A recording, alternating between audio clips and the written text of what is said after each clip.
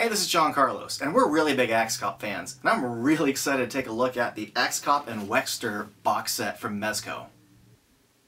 Now, here's the packaging for Axe Cop and Wexter, with artwork on one side, promotions for the plushes and the volumes 1 through 4 on the back, and then a photo of the action figures on the other side.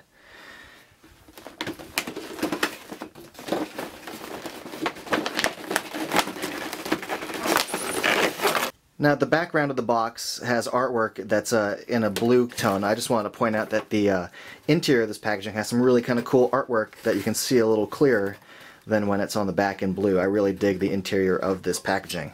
Alright, let's start off with the head. He's got an articulated mouth that kind of retracts a little bit, but it's got some good sculpting on the teeth and the inner tongue there.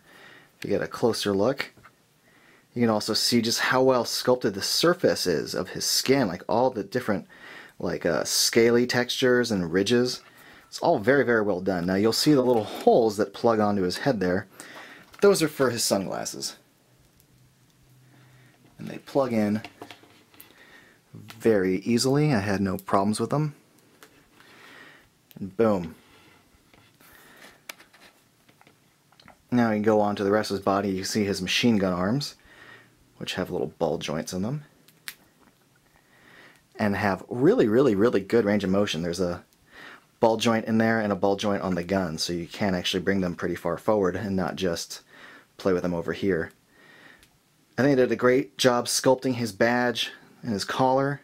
Some of the more cartoony elements of this look great against the more dinosaur-y elements of his scaling.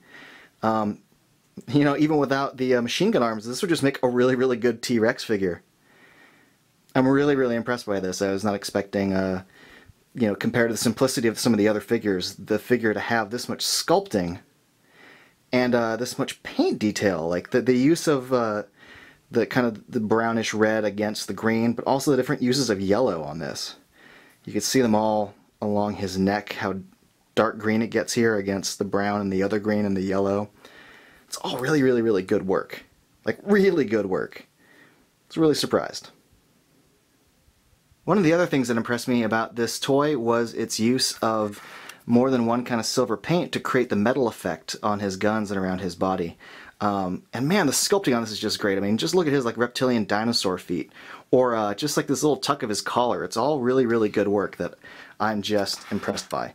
Now, this figure also comes with an Axe Cop figure that will ride him. But what's awesome about it is it's slightly different from the regular Axe Cop figure, so you're not just getting the same toy over again. This figure has legs positioned to be riding on Wexter, whereas this one's meant to stand. Now this one, you know, also stands on his own with bent leg position, but he looks a little awkward. You could tell that he's meant to be riding Wexter and not in an attack battle pose. But I think it's a really nice little detail that he does stand on his own. Also, his face does not have teeth showing the way the regular Axe Cop does. So it's cool that they kind of make it worth your while. If you're gonna buy Wexter, you're not rebuying the same Axe Cop figure that you might already have. I think that's really awesome, thoughtful, considerate, and creative and cool of Mezco. Now we'll just pop on Axe Cop, show you how he fits on there. Bam! Very simple. Very easy to put on. Now, the figure has really good waist articulation, so you can kind of pose in slightly different ways on top of Wexter. I had no real problems with any of the arm or leg or any other articulation. In fact, I like that the head is a ball-jointed head. If there's any complaints about articulation, it would be this, that Wexter's head is permanently sculpted in this looking to the left position.